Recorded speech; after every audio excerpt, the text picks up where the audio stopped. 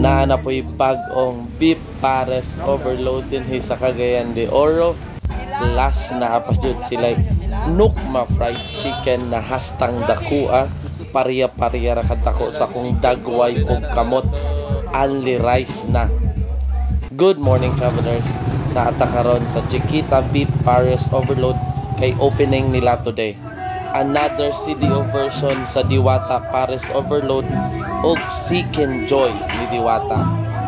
Yes, naan na sila, an open na ang Chiquita Beef Pares Overload din sa Cagayan de Oro sa may Corrales Avenue near Fico Main and abay sa GD's Chicken. Ilang beef pares is only 100 pesos. Overload na siya with chicharon bulaklak and lechon kawali with 1 free drinks and only rice.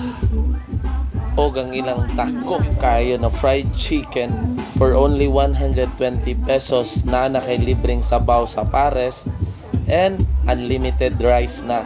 Pero ang drinks baligya na siya. By the way, open sila every day from 10 a.m. to 2 a.m. So pwede taman kadlawon mo bisita din eh. And let's do the honest review. Yes, makaingon giko na lami kay ilang sabaw. Pero pagkita po na ako ang lasa sa mechado nating. Pero laut-laut na ilang sabaw. Mura na gid siya original pares. Pero ang timpla hastang lami, labi na katong spicy. The best kaayo. And with that price and the free drinks and only rice, grabe jud siya kasulit. And must try jud ang ilang fried nokma. Grabe, murag kaon kag dinosaur sa kadako. And take note, lami siya.